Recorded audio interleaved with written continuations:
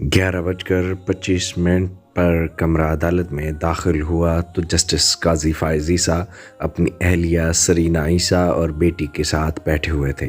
جبکہ Mrs Serena عیسیٰ کی FBI میں معاونت کرنے کے بعد اب جسٹس قاضی فائز عیسیٰ کو بھی دلائل میں اسسٹ کرنے والے نوجوان وکیل کبیر ہاشمی بھی موجود تھے۔ جسٹس قاضی فائز عیسیٰ نے نیلے اور کالے رنگ کے 2 سفری سوٹ کیس جسٹس قاضی فائز عیسیٰ کی نشست اور وکلاء کے دلائل کے لیے مخصوص روسٹرم کے درمیان پڑے تھے۔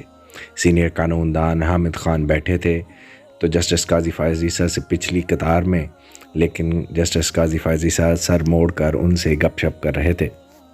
آج کمرہ عدالت میں نوجوان وکلاء کی بڑی تعداد موجود تھی۔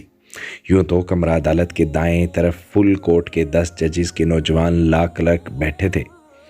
لیکن آج کمرہ عدالت کی ترتیب ہی کچھ اور تھی۔ کمرہ عدالت کے قریباً 80% نشستوں پر نوجوان وکلاء بیٹھے تھے۔ اپنے ساتھ بیٹھے نوجوان وکلاء سے پوچھا کہ آپ کا کوئی کیس ہے یا کسی سینئر وکیل کے ساتھ بطور معاون آئے ہیں؟ نوجوان وکیل نے جواب دیا کہ جی نہیں، میں خود سے آیا ہوں، کیونکہ یہ ایک تاریخی مقدمہ ہے۔ جب ایک سپریم کورٹ کے جج بطور وکیل دلائل دے رہے ہیں تو میں ان کو سننا چاہتا ہوں۔ 11:38 پر کورٹ آ گئی ہے کہ آواز لگی تو سب سے پہلے جسٹس امین الدین خان اور آخر میں فل کورٹ کے سربراہ جسٹس عمر عطا بندیال داخل ہوئے۔ گرے رنگ کے سوٹ اور چارکول کلر کی ٹائی لگائے جسٹس قاضی فائز عیسیٰ روسٹرم پر آ گئے تو جسٹس عمر عطا بندیال نے بتایا کہ ہمیں جسٹس قاضی فائز عیسیٰ کے وکیل منیر ملک کا تحریری بیان حلفی موصول ہوا ہے، جس میں انہوں نے بخار اور دل کے عارضے کی وجہ بیان کی ہے اور دلائل دینے سے معذرت کر لی ہے، اور اب اگر جسٹس قاضی فائز عیسیٰ آپ خود دلائل دینا چاہیں تو آپ کو اجازت ہے۔ جسٹس قاضی فائز عیسیٰ نے خود دلائل دینے پر آمادگی ظاہر کی تو جسٹس عمر عطا بندیال نے کہا کہ جسٹس قاضی فائز عیسیٰ، ہم آپ کو ایک بات کہنا چاہتے ہیں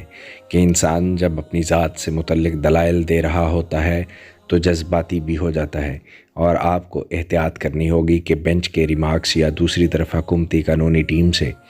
کی جانے والی باتوں پر آپ صبر کا دامن ہاتھ سے مت چھوڑیں۔ جسٹس قاضی فائز عیسیٰ نے بینچ کے دلائل دینے پر اجازت پر شکریہ ادا کرتے ہوئے جواب دیا کہ مائی لارڈ، اگر میں جذباتی ہوں یا غیر ضروری بات کروں تو آپ مجھے ڈانٹ کر روک سکتے ہیں۔ فل کورٹ کے سربراہ جسٹس عمر عطا بندیال نے مسکرا کر جواب دیا کہ ہم ڈانٹیں گے نہیں، لیکن آپ کو بتا دیں گے۔ اب جسٹس قاضی فائز عیسیٰ نے باقاعدہ دلائل کا آغاز کرتے ہوئے کہا کہ آپ نے کہا کہ میں کہیں جذباتی نہ ہو جاؤں، تو میں صرف کیس تک ہی محدود رہتے ہوئے تیزی سے اپنے دلائل مکمل کرنے کی کوشش کروں گا تاکہ میں اپنے خیالات آپ تک پہنچا سکوں۔ اس کے بعد جسٹس قاضی فائز عیسیٰ نے جسٹس امین الدین خان کا نام لیے بغیر کہا کہ میں بینچ کے نئے رکن جج کے لیے اختصار سے کیس کا پس منظر بیان کر دیتا ہوں تاکہ انہیں نظر ثانی کی اپیل سنتے ہوئے معلوم ہو کہ کیا کیس تھا۔ جسٹس قاضی فائز عیسیٰ نے بتایا کہ ان کے خلاف صدر پاکستان نے وزیر اعظم عمران خان کی ایڈوائس پر ریفرنس سپریم جوڈیشل کونسل میں دائر کیا۔ جسٹس قاضی فائز عیسیٰ کا کہنا تھا کہ ان پر اپنی اہلیہ کی جائیداد ٹیکس ریٹرن میں ظاہر نہ کر کے مس کنڈکٹ کا الزام لگایا گیا۔ جسٹس قاضی فائز عیسیٰ کا کہنا تھا کہ انہوں نے اپنے بارے میں الزام کے لیے انکم ٹیکس آرڈیننس کا مطالعہ کیا تو حیرت ہوئی کہ آخر وہ کیسے اپنی خود مختار بیوی کی جائیدادیں اپنے ٹیکس ریٹرن میں ظاہر کرنے کے پابند ہیں۔ جسٹس قاضی فائز عیسیٰ کا کہنا تھا کہ انہیں اور ان کی اہلیہ کو کبھی بھی FBI نے نوٹس نہیں بھیجا تھا۔ جسٹس قاضی فائز عیسیٰ کا مزید کہنا تھا کہ حکومت نے سپریم جوڈیشل کونسل میں ریفرنس کی کارروائی شروع ہونے کے بعد الزام کو بے نامی جائیدادوں اور پھر منی لانڈرنگ میں بدل دیا۔ درخواست گزار جسٹس قاضی فائز عیسیٰ کا کہنا تھا کہ یہ جائیدادیں ان کی اہلیہ اور بچوں نے ان کے سپریم کورٹ کا جج بننے سے پہلے خریدی تھیں، اور اگر بات منی لانڈرنگ کی جائے تو ان کی اہلیہ نے فارن کرنسی اکاؤنٹ کھول کر اس سے پیسے قانونی طریقے سے برطانیہ بھیجے تھے، جو بات تحقیقات کرنے والے سلیکٹڈ ٹیکس کمشنر نے بھی مانی ہے۔ جسٹس قاضی فائز عیسیٰ نے لفظ سلیکٹڈ پر خصوصی زور دیا اور سلیکٹڈ کہتے ہوئے ان کی آواز بھی بلند ہو گئی۔ جسٹس قاضی فائز عیسیٰ کا کیس کا پس منظر بیان کرتے ہوئے مزید کہنا تھا کہ ان کی اہلیہ شادی سے قبل بھی پاکستان میں بہترین ملازمت کر رہی تھیں اور ان کے خاندان بڑے زرعی رقبے کا مالک تھا، جبکہ وہ شادی سے قبل اپنی ذاتی آمدن سے بنگلہ، پلاٹ اور پلازا تک خرید چکی تھیں، تو ان کی آمدن پر کیسے سوال اٹھایا جا سکتا تھا کہ وہ برطانیہ میں 2 جائیدادیں نہیں خرید سکتی تھیں۔ جیسے قاضی فائز عیسیٰ نے اپنے بچوں پر بات کرتے ہوئے بتایا کہ ان کی بیٹی اور بیٹا جائیدادوں کی خریداری کے وقت جوان تھے، بہترین تعلیم یافتہ اور نوکری پیشہ تھے۔ اس موقع پر جسٹس قاضی فائز عیسیٰ نے ایک باپ کی طرح اپنی بیٹی پر فخر کرتے ہوئے کہا کہ ان کی بیٹی ان سے بھی زیادہ قابل ہے، کیونکہ بیٹی کے پاس جو ڈگری ہے وہ میرے جسٹس قاضی فائز عیسیٰ کے پاس بھی نہیں ہے۔ جسٹس قاضی فائز عیسیٰ نے بینچ کو بتایا کہ کل بینچ میں ریمارکس دیے گئے کہ میری کردار کشی کا کوئی مواد یہاں موجود نہیں، لیکن میں اپنی بیٹی اور بیوی کا شکر گزار ہوں جنہوں نے کل یہ سب مواد الیکٹرانک ذرائع سے جمع کیا ہے۔ جسٹس عمر عطا بندیال نے فوری مداخلت کرتے ہوئے ریمارکس دیے کہ براہ مہربانی میں اس طرف نہیں جانا چاہتا، ہم صرف آپ کی نظر ثانی کی اپیل میں اٹھائے گئے نکات تک ہی رہیں تو بہتر ہوگا تاکہ بات بڑھتی ہوئی الزام تراشی کی طرف مت جائے۔ جیسے قاضی فائز عیسیٰ کا کہنا تھا کہ میں کسی پر الزام نہیں لگا رہا اور نہ ہی توہین عدالت کی کارروائی چاہ رہا، کیونکہ اس کا فورم الگ ہوگا، لیکن میں ٹی وی پر کیس کی سماعت کی لائیو کوریج کے سلسلے میں بینچ کو باور کروانے کے لیے صرف بتا رہا ہوں۔ جسٹس عمر عطا بندیال نے ریمارکس دیے کہ ہم اس پہلو پر کردار کشی والے پہلو کو نظر انداز کرنا چاہ رہے ہیں، کیونکہ ہم سب سے پہلے بہت دکھی ہیں کہ ہمارے سامنے ہماری بہن اور بیٹی بیٹھی ہیں اور ہمیں ان کو یوں سننا پڑ رہا ہے۔ جسٹس عمر عطا بندیال نے اپنے ریمارکس جاری رکھتے ہوئے جسٹس قاضی فائز عیسیٰ کو مخاطب کرتے ہوئے کہا کہ آپ نے اور آپ کے اہل خانہ نے بہت صبر سے سب کچھ برداشت کیا ہے اور یقیناً اللہ اس کا پھل آپ کو دے گا۔ Justice Umar Ata Bandial Mrs Serena عیسیٰ کو بہن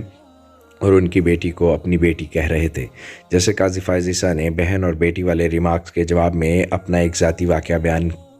کیا اور بینچ کو سنایا کہ جب ان کے خلاف ریفرنس خارج ہوا تو ان کے کزن نے ان کو میسج کر کے ریفرنس خارج ہونے کی مبارکباد دی، لیکن ساتھ ہی ایک بڑا مگر لگا کر بولا کہ کیونکہ وہ آپ کے ساتھی جج تھے تو ریفرنس خارج ہونا ہی تھا۔ جسٹس قاضی فائز عیسیٰ کا کہنا تھا کیونکہ میرے کزنز نے سپریم کورٹ کے ادارے کی ساکھ پر سوال اٹھایا تھا تو میں نے کزنز سے تعلق ہی ختم کر لیا، لیکن مجھے احساس ہوا کہ میں سپریم کورٹ میں تو مقدمہ جیت گیا لیکن شاید عوام کی عدالت میں ہار گیا ہوں، اور اس لیے میں اب چاہتا ہوں کہ عوام تمام سماعت براہ راست دیکھ کر سچ اور حقیقت جانے۔ جسٹس قاضی فائز عیسیٰ کا مزید کہنا تھا کہ ان کی شخصیت داغدار کرنے کے لیے حکومت نے یک طرفہ پروپیگنڈا مہم شروع کی اور میری فیملی پوچھتی تھی کہ میں جواب کیوں نہیں دیتا، لیکن جج کے عہدے نے میرا گلا گھونٹ رکھا تھا اور میں بول نہیں سکتا تھا۔ اس کے بعد جسٹس قاضی فائز عیسیٰ نے قرآن کی مختلف آیات پڑھیں اور جھوٹے الزام، ریاست، عدالت اور قاضی کے بارے میں کیا کچھ کہا گیا وہ بیان کیا، جبکہ بانی پاکستان قائد اعظم محمد علی جناح کا پاکستان کیسا ہوگا اور گورننس کیسے ہوگی اس کا ویژن بھی قائد اعظم کے مختلف خطابات کے منتخب حصوں سے بیان کیا۔ اس دوران جسٹس منظور ملک نے جسٹس سجاد علی شاہ سے گفتگو شروع کر دی اور پھر جسٹس منظور ملک نے اپنی دائیں طرف بیٹھے فل کورٹ کے سربراہ جسٹس عمر عطا بندیال کے کان میں کچھ کہا، جس کے بعد جسٹس عمر عطا بندیال نے دلائل دیتے جسٹس قاضی فائز عیسیٰ کو روک کر ہدایت کی کہ وہ کیس کے متعلقہ نکات کی طرف آئیں اور اپنی لائیو کوریج کے سلسلے میں اپنی گزارشات پیش کریں۔ جسٹس قاضی فائز عیسیٰ نے رہنمائی پر بینچ کا شکریہ ادا کیا تو جسٹس عمر عطا بندیال نے دوبارہ سے جسٹس منظور ملک سے مشاورت شروع کر دی۔ اس دوران جسٹس منظور ملک کی طرف سے بیٹھے جسٹس سجاد علی شاہ نے اپنے قریب بیٹھے جسٹس منیب اختر سے مشاورت شروع کر دی۔ پھر چاروں ججوں نے آپس میں مختصر مشاورت کی اور جسٹس عمر عطا بندیال دوبارہ وکلاء کے لیے مخصوص روسٹرم پر کھڑے جسٹس قاضی فائز عیسیٰ سے مخاطب ہوئے۔ جسٹس عمر عطا بندیال کا کہنا تھا کہ آپ نے جو کچھ پڑھا ہے وہ اوپن کورٹ میں سماعت سے متعلق ہے اور ہم پہلے سے ہی اوپن کورٹ میں سماعت کر رہے ہیں، جبکہ آپ خود بھی اس چیز کو سمجھ سکتے ہیں جو ہم کہنا چاہ رہے ہیں۔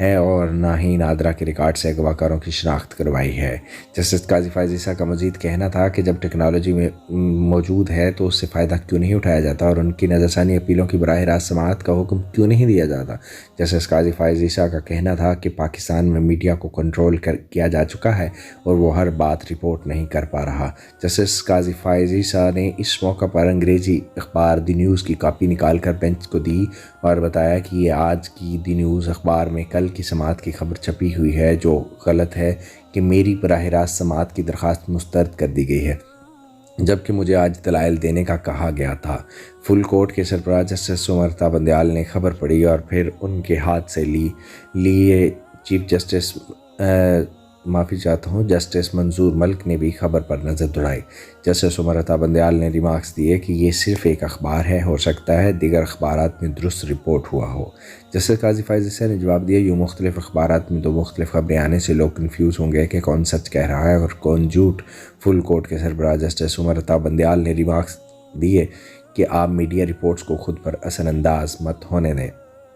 جسٹس عمر بندیال نے عدالتی سماعت براہ راست نشر کرنے سے متعلق ریمارکس دیتے ہوئے کہا، یہ بھی دیکھنا ہوگا کہ کیا کیمرے آپ کے کاغذات کو فوکس کریں گے یا بینچ کی ججز کی ایک دوسرے سے سرگوشیاں بھی نشر ہو رہی ہوں گی۔ جسٹس عمر بندیال کا مزید کہنا تھا کہ عملی طور پر کرنے میں دستیاب تکنیکی وسائل کو بھی دیکھنا ہوگا اور بہت سی مسائل ہیں تو یہ ایک عام فیصلہ نہیں بلکہ پالیسی فیصلہ ہوگا۔ جسٹس قاضی فائز عیسیٰ نے جواب دیا کہ میں کبھی آپ سے ایسا اصرار نہیں کروں گا اور نہ ہی دباؤ ڈالوں گا۔ جسٹس عمر بندیال نے ریمارکس دیے کہ آپ بالکل اصرار کریں،